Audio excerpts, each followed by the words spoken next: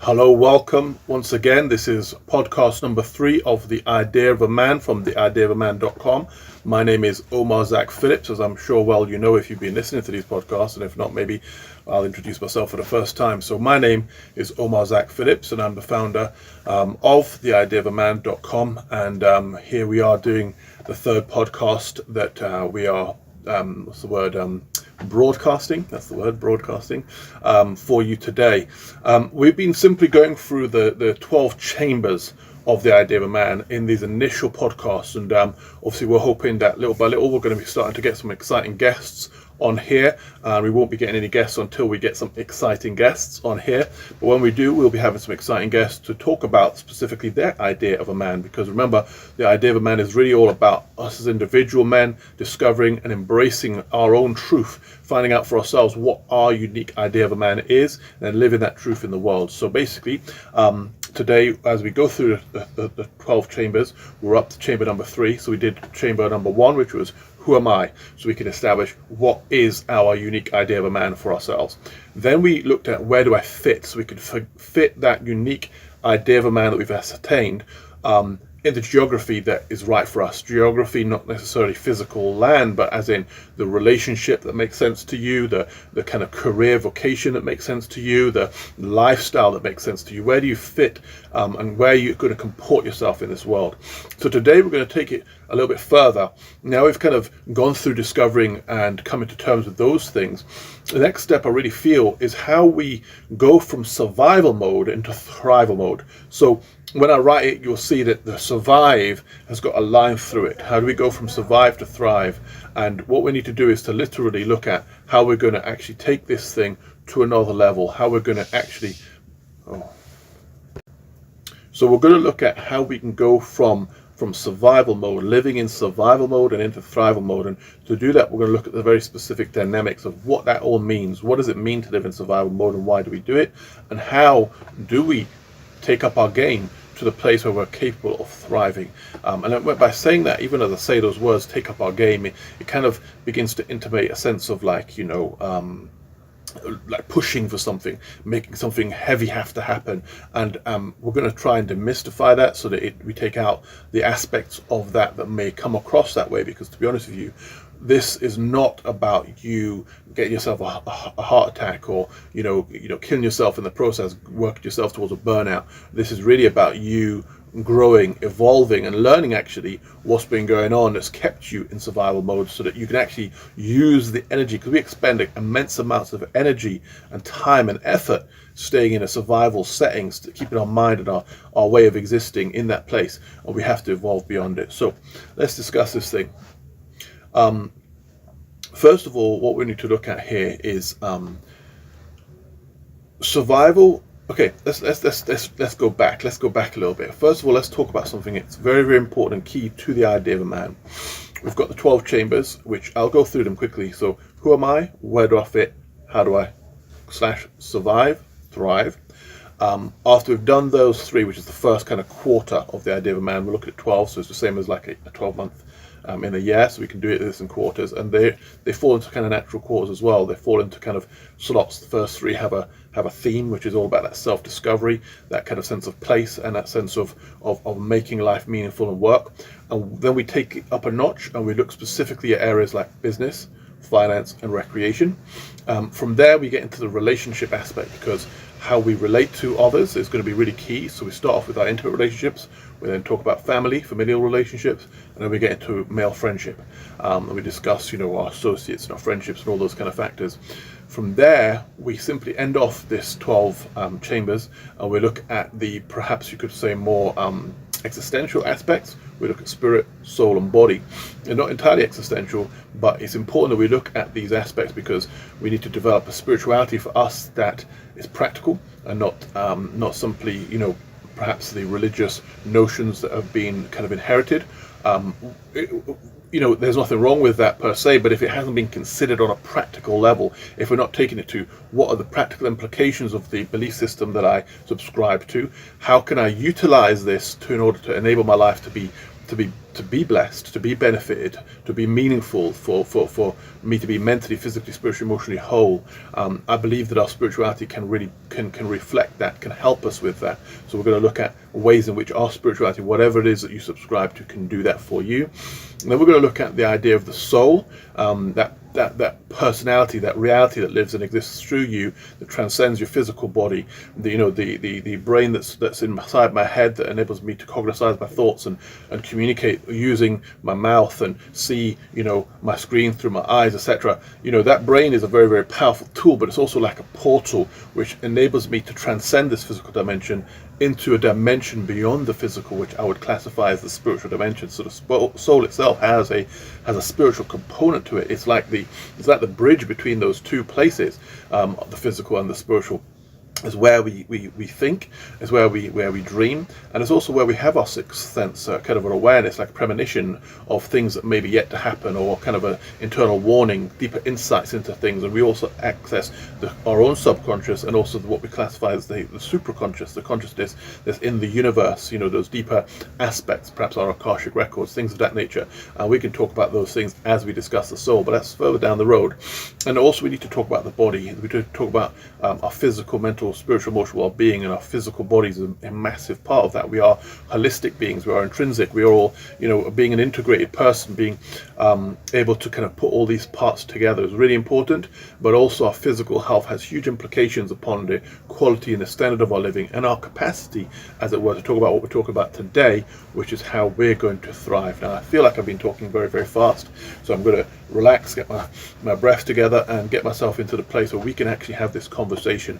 But I just want to kind of give you a bit of an idea, first of all, of what the 12 chambers are, and also the other thing that we discuss considerably here at the Idea of a Man, and these are only 4 of them, and they're going to go through the seasons: summer, winter, autumn, and spring, not in that order, obviously, is the 4 male archetypes of the king, the warrior, the magician, the lover. And if those don't fit with your sensibility, we could talk about the heart-centered leader for the king, or your sovereignty. For the warrior, we could say the action taker, the aspect of yourself that gets up in the morning and gets out and does what it needs to do to live, to survive and to thrive. The magician, we could think of perhaps a more politically correct term for that. I haven't got one readily to hand. And the lover, I think he's pretty cool. Everybody loves the lover, so we're going to be good with that. But however, there are aspects within all these, and the psychology behind them, the utilization of the ideas and the archetypes, is to understand that we have these components within all of our personalities, and many of them go into shadow. So as people, we live our lives in a way that, or things happen to us throughout the course of our life, sometimes from a very, very young age, that cause us to perhaps put our sovereignty into shadow, so we don't realize that we have a sovereign right to exist without apology or justification. And so we kind of start to live apologetically, we kind of start to live cautiously on this earth. And one of 2 things can happen: either we become like a dictatorial king, which is a shadow aspect of the king, or we become an abdicated king. So we don't sit upon the throne of our own life, we don't lead our life, we don't live with intention, we don't become the fullness of what's capable for us. We allow others to lead our lives for us, and we follow the cue of external forces as opposed to marching to the beat of our own drummer. And it's really imperative and key that we learn to actually listen to our own internal inner self and our inner guide, and we begin to lead our own lives, so that when we look back on our life in reflection, we're like, you know what, this is the life I chose to live. This is the truth that I came here to reflect and to represent on this earth. And that's your right. That's your divine right. You have a sovereign right to exist without apology and justification. And so the balanced you is a person, the soul, not just the mental understanding, but the whole somatic understanding, the whole aspects of your inner person, knowing you have a right to exist. And this is how we do work to get our mind, emotions, and our whole being into that place where our sovereignty is online and it's an appropriate space. We're not out there trying to be some dictator because we're trying to overcompensate for an authority in life that we don't feel. So we have to beat everybody else down and move everybody else around so that we can use them as stepping stones to get to where we want to be. We're not going to live a fulfilled and a meaningful life, and we're certainly not going to make any kind of friends and influence people by living that way. A lot of human beings on planet Earth feel that's the way to contort themselves, and unfortunately that works very adversely for all involved. So as men, we have the capacity to grow beyond that. Likewise with all the other archetypes, and we're not talking about the archetypes today, but we will have that conversation as well. There are shadow aspects of these things, and it's not so much about leaning either more to one side or the other. It's about literally transcending the shadow, going into the place where we accept and know the benefits of, say, the lover within, so we can live out his reality, his truth. We can embrace that aspect of ourselves. We can embrace, say, our sexuality, our sensuality, the capacities within us for immense love. We recognize those are a gift and not a curse, because sometimes when we have, again, put that aspect of ourselves into shadow, they become more of a curse to us than a blessing, particularly when we realize that our inner child, say, operates from the place of the inner lover. So much that child, if he's not under the guidance of a sovereign king within our lives, he can run amok and be doing things in our lives kind of almost like a, you drag an animal by its nose kind of thing, dragging you around in this world and causing you to live out an addicted life, or perhaps an abstaining life where, love and all that stuff is off the cards because you don't either feel that you can trust yourself, or because you've been hurt and burned so much that that's it for you. You're done with that stuff. That's, again, something that can be healed, and you can begin to operate from a very, very powerful place when you transcend the poles, the two, the one on the other side. You begin to realize it's not an either or. This world is full of either or options that they try to present to you. You're either a Republican or you're a Democrat in America. You're either a Tory or a Labour voter in England, whatever it is that happens in your country.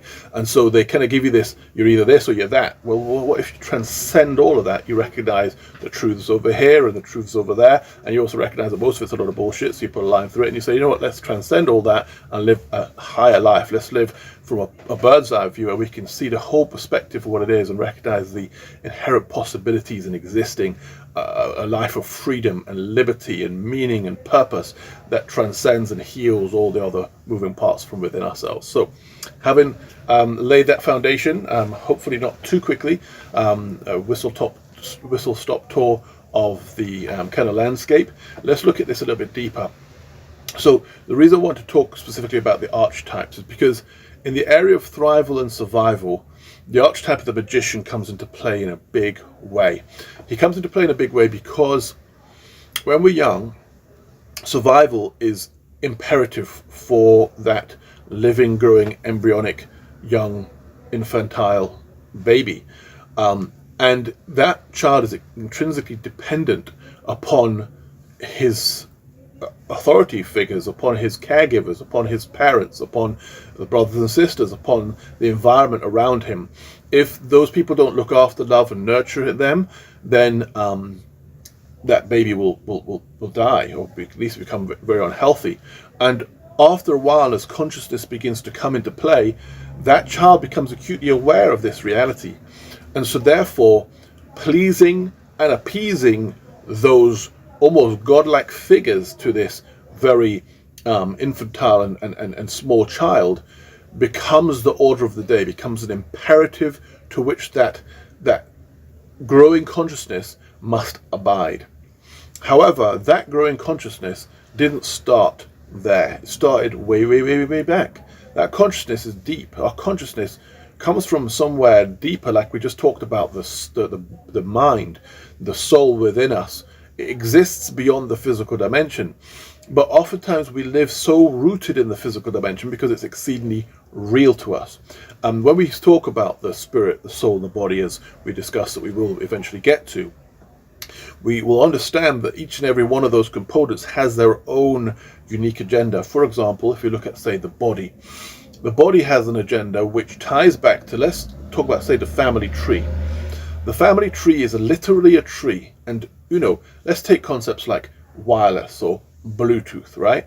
We understand in technology that a thing doesn't need to be connected to a thing to be able to be, quote unquote, connected to a thing.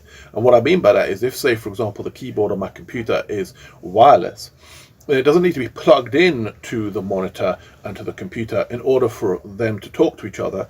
They can use other methods of communication.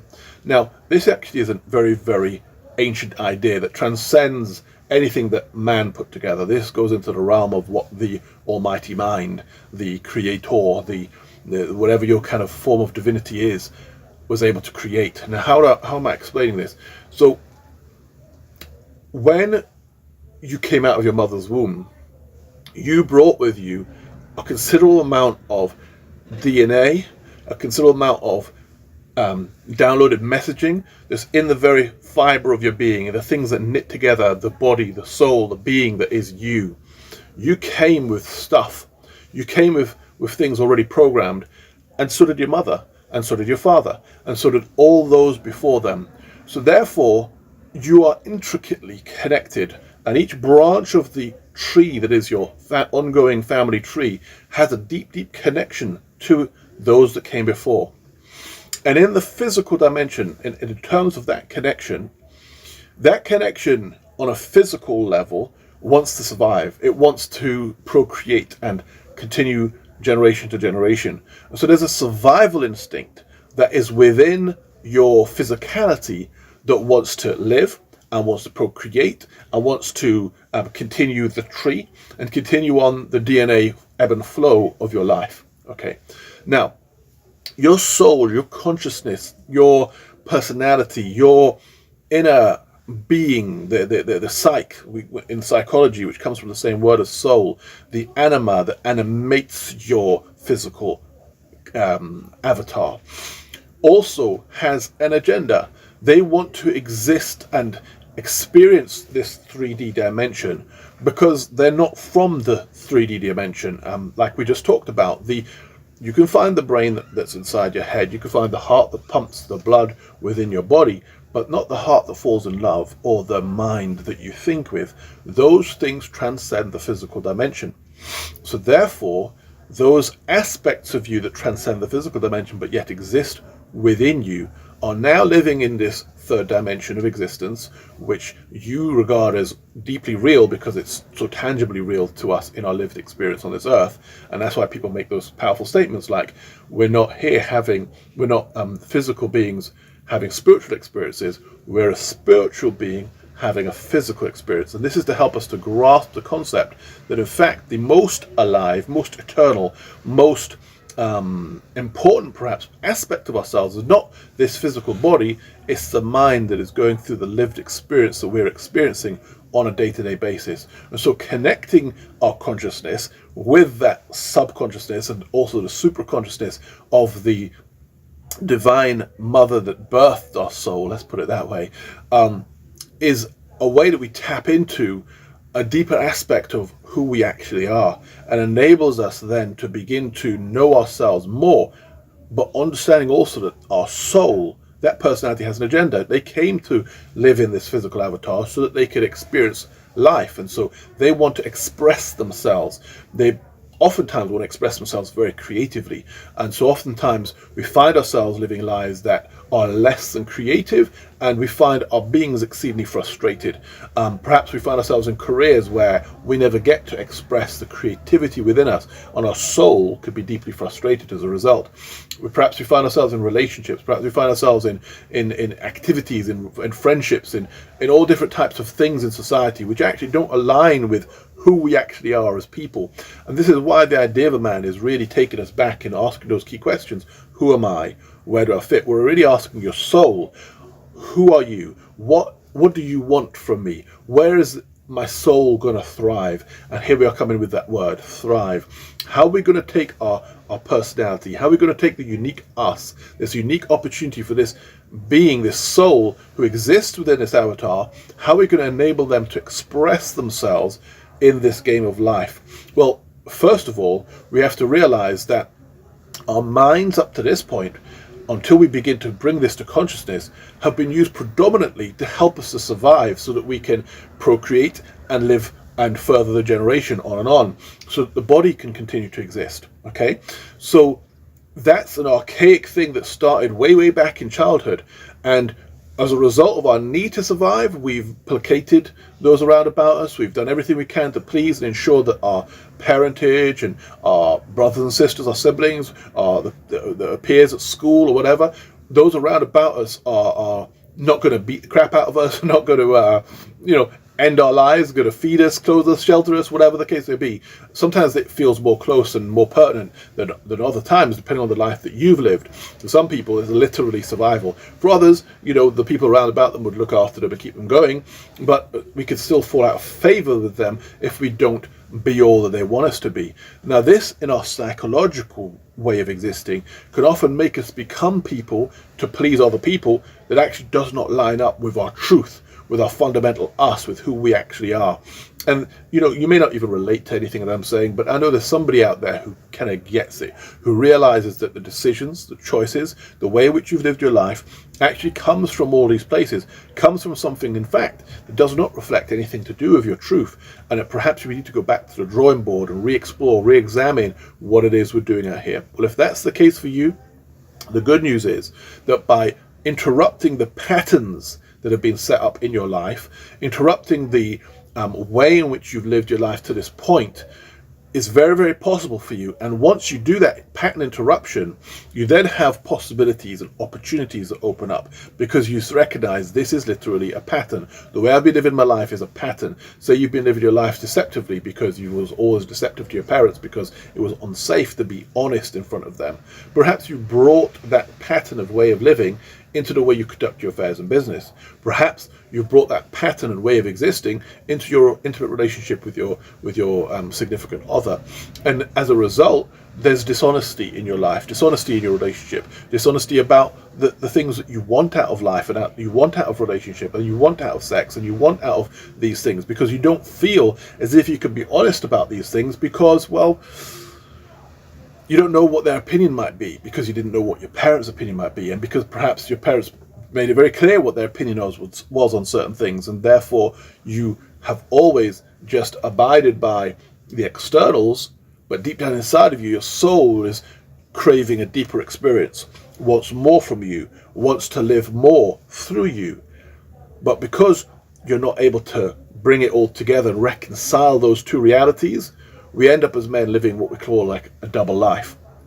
And that brings a level of disingenuity to us, a level of lack of integrity to who we are.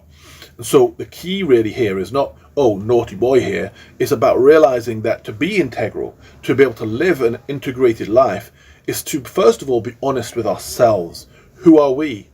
Where do we fit? And how do we go from survival mode, where we do things automatically just to please and appease, just to survive life, to a conscious and intentional way of living that says, you know what, I'm here for a reason, my soul is here for a reason. We start to honor the soul within us. For many of us as men, the concept may be helpful if we realize that the ancients used to understand that the soul was female. There is no such thing as a male soul. You live in a masculine body, and it's understood scientifically that the decision to become male as a body, as a being, happens later on. It doesn't. The inception doesn't start off that way. Inception, initially, we all start out as female avatars. But for whichever reason, and whatever the science is behind it, I'm not here to pretend that I'm some expert on those matters, the decision gets made, and that male body begins to form. Now, the male body begins to form, but the soul within you is a she. And that's a very deep concept, and for many of us as men, that might be a very uncomfortable thing to reconcile or to come to terms with. And maybe you don't have to reconcile it, because it's an esoteric idea. It's a existential idea. It's a transcendent idea. It's a quote unquote idea. And the idea of a man is all about ideas. It's about what is your idea of a man. So that might not resonate with you. That might not work for you. It might be something that you come to an understanding of as life unfolds. For me, it was a deeply liberating idea on lots of different levels. It was deeply liberating because there's the concept in psychology of projection. And as a man, I went through the stages which David Data speaks about, which is of obsession, distraction, and revelation. So he says that basically men go through 3 stages in their relationship to the feminine.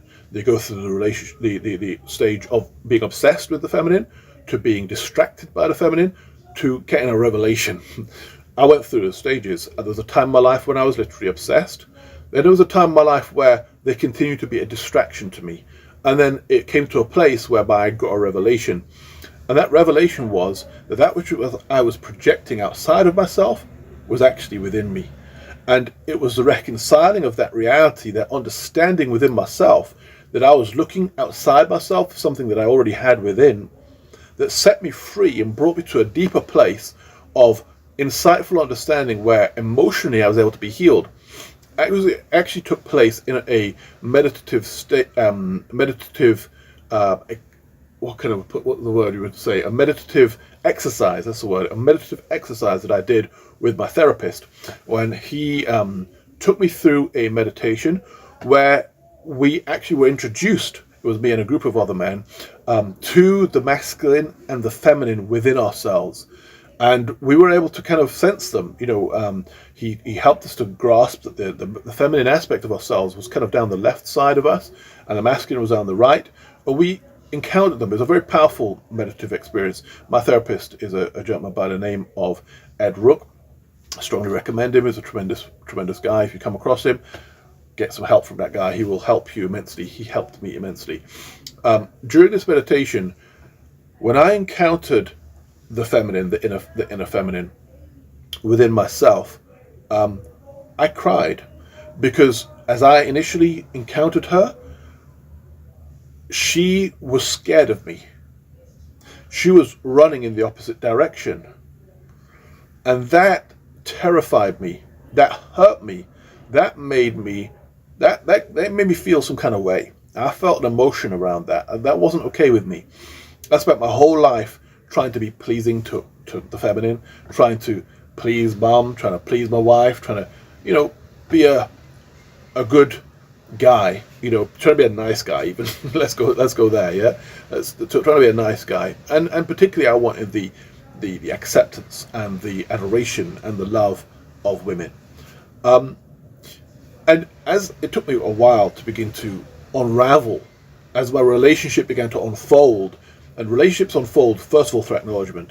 Say you and another guy in the office pass each other every day, never interact. But all of a sudden, for some reason or other, you acknowledge that other person, then a relationship can begin to form, a friendship can begin to form because of acknowledgement. No relationship can transpire unless we acknowledge one another. When we acknowledge the inner feminine within ourselves, when we recognize their reality, we can begin to form a relationship with this aspect of ourselves. Now, as I began to read many, many other books and things, I began to realize that the anima, which is Jung's word for the inner feminine, the word anima links to psyche, links to soul. When I begin to read other books and begin to realize that the soul is feminine, and I begin to conclude and put all these things together and begin to realize, oh, wait a minute, so my soul, my inner feminine, that part of me is something that, as a male body, as a masculine entity, as a masculine gendered person, I'm here to first, when we talk about love yourself, first nurture myself, first look after her. And that looking after means acknowledging, means asking, what did you incarnate into this body for? What did you come here to do?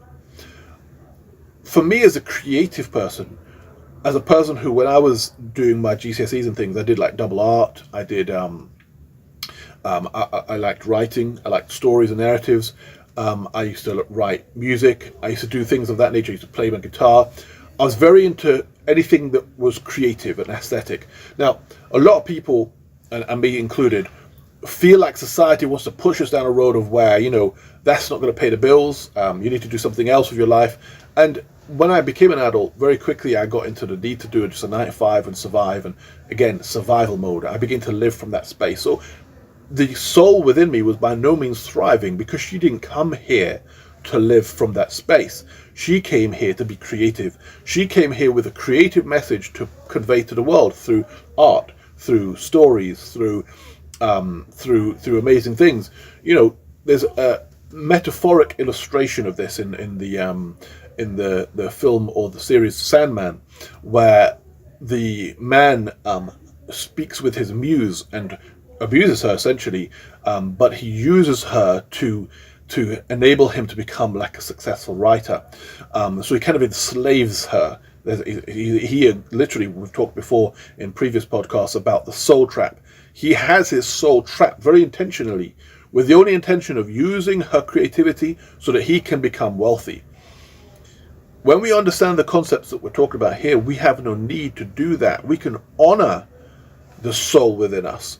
And if we'll learn to honor and respect and love our souls and treat our souls with the respect that they're due, and recognize that this being a man is literally an idea, is a concept, because it's so real to us in the 3D physical dimension, we take it very deadly seriously. And it is serious for you. But if we actually understand what we're dealing with here, if we catch this philosophy, it will help us in our relationships with the feminine, in interacting with him in a very different way, in a more powerful, more integrated way, in a more deeper level of insightful understanding. It will give us the capacity and the power to see where we are created equal, and to see also where our lives are not for dominating and for this and that and the third thing and for whatever we think we're supposed to be doing out here, but in fact we're here to bring our brand of truth, our revelation to the world, the beauty, the potency, the power, the wondrousness of what is possible for us to be expressed through our lives. There are so many infinite possibilities that many of us have never even considered.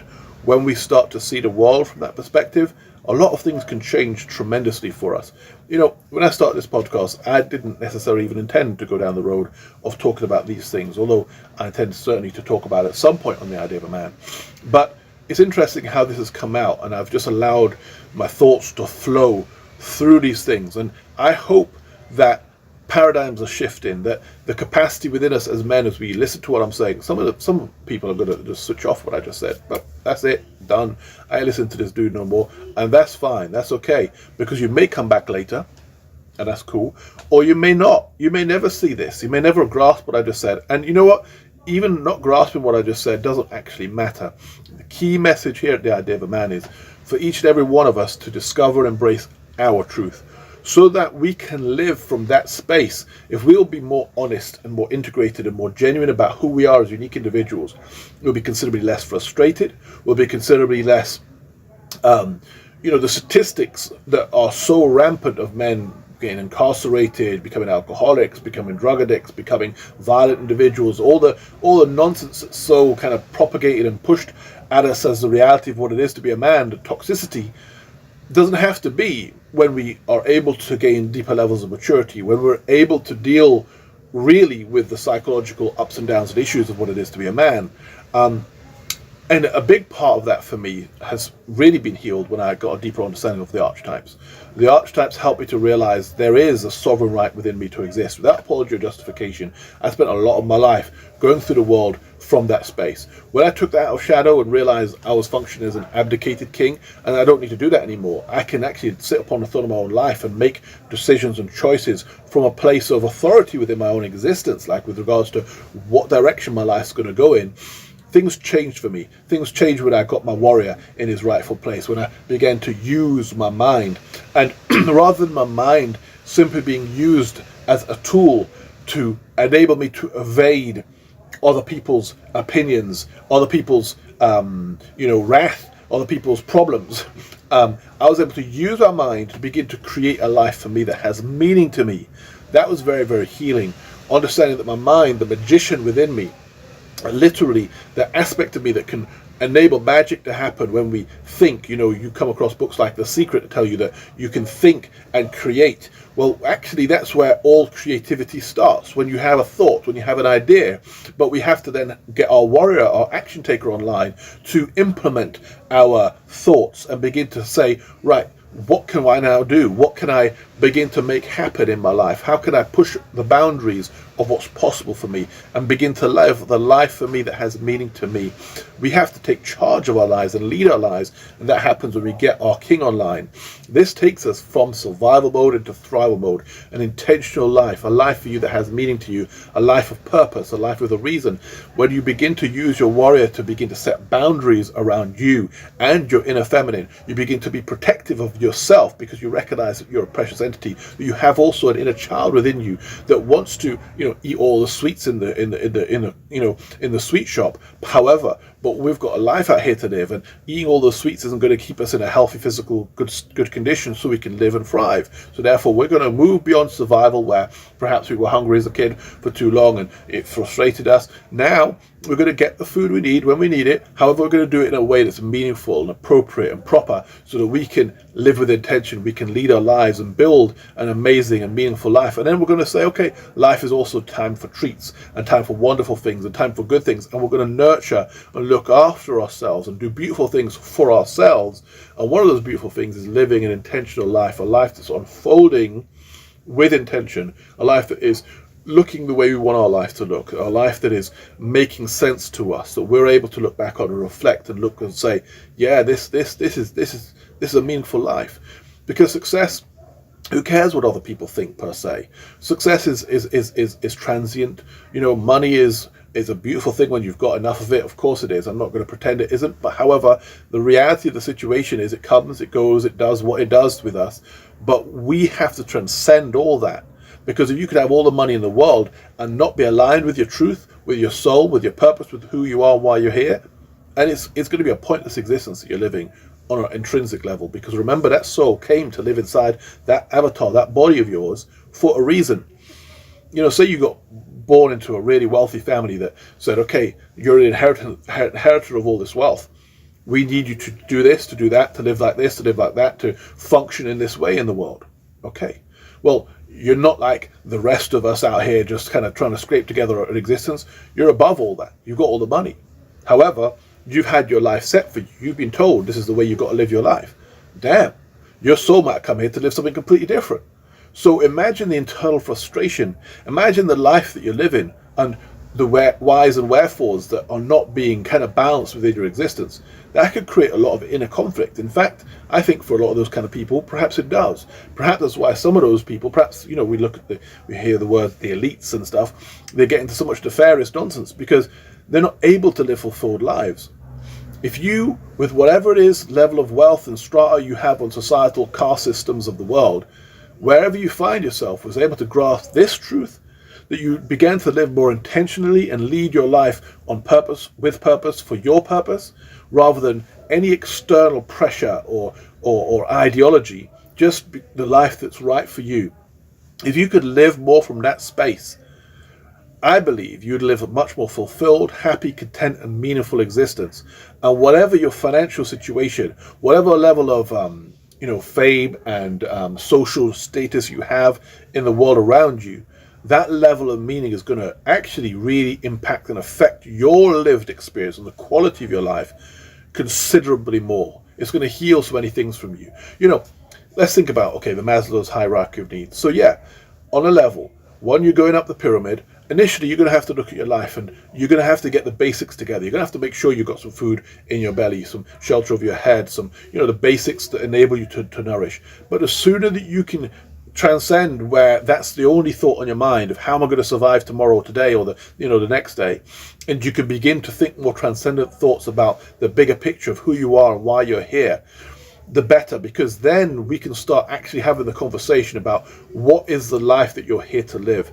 And this is what the idea of a man is all about. It's about beginning to help you ask and answer those questions, come to terms with that reality, make your truth more and more pertinent from that perspective, so that your life is now your own. You're owning your life. You're owning your existence. You're living a life that's reflective of a truth that's so deeply fundamental to who you are at the core of your being.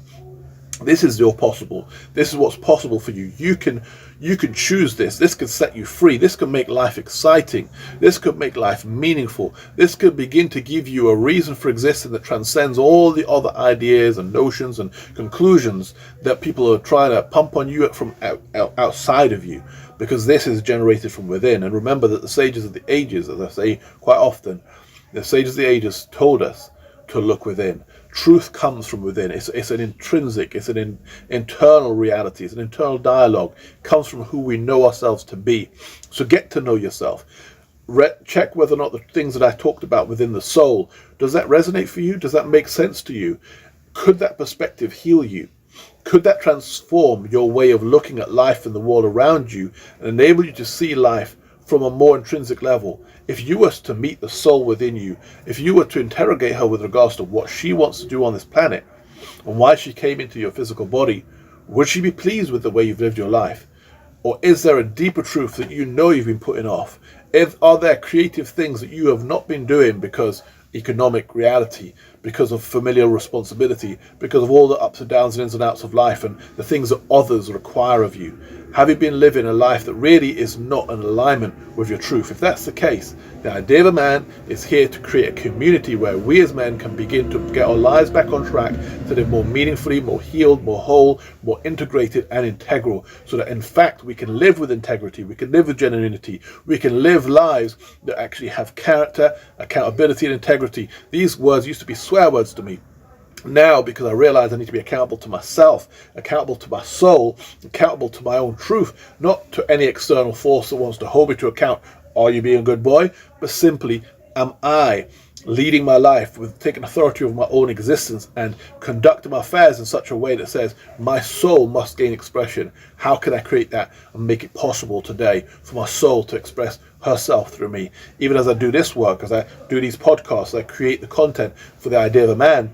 This is the expression of my soul expressing herself, expressing the truth of the creative Omar that's here within me, that has the power and ability and the desire to be able to make amazing and powerful content that can help transform us and heal the wounds that hold us down and prevent us from being the best and fullest versions of ourselves. So I hope that you've enjoyed this particular podcast today. I've certainly enjoyed, once again, being able to share this moment with you. Thank you for listening to these words, and I hope that you will go from here and thrive in your life, in your lived experience, and you'll make decisions and choices to live more intentionally, more from the place of the inner sovereign right to exist without apology or justification. You will begin to take action in your world to live a potent and a powerful and a meaningful life for you that has meaning to you, that you will use your mind as opposed to allowing your mind to play tricks on you. Use your mind as a tool to help you to get from A to B. Address your magician, meet with your magician, begin to lay down plans and preparations for how you can live a meaningful and a powerful existence and a life that's going to reflect your truth, and let that lover within you begin to love the life that you're living, begin to explore the possible for you, and begin to live a powerful, potent and wonderful existence. You've been listening to the Idea of a Man podcast with Omar Zach Phillips. It's been a privilege and an honor and a pleasure to have this moment with you. Have yourself an amazing rest of your life, and we'll speak again soon. Till next time, bye bye.